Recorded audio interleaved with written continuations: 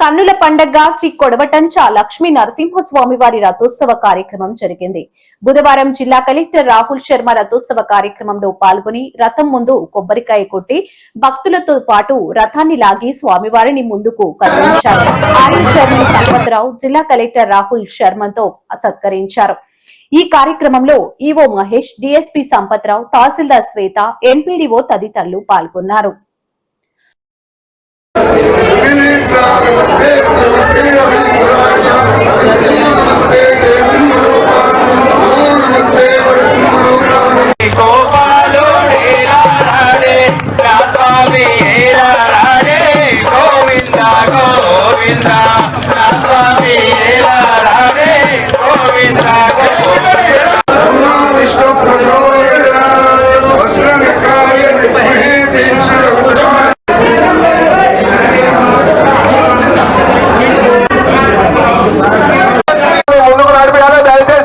భక్తులందరూ కూడా తాడును దూరంగా పట్టుకో వెడల్పు జరగాలి.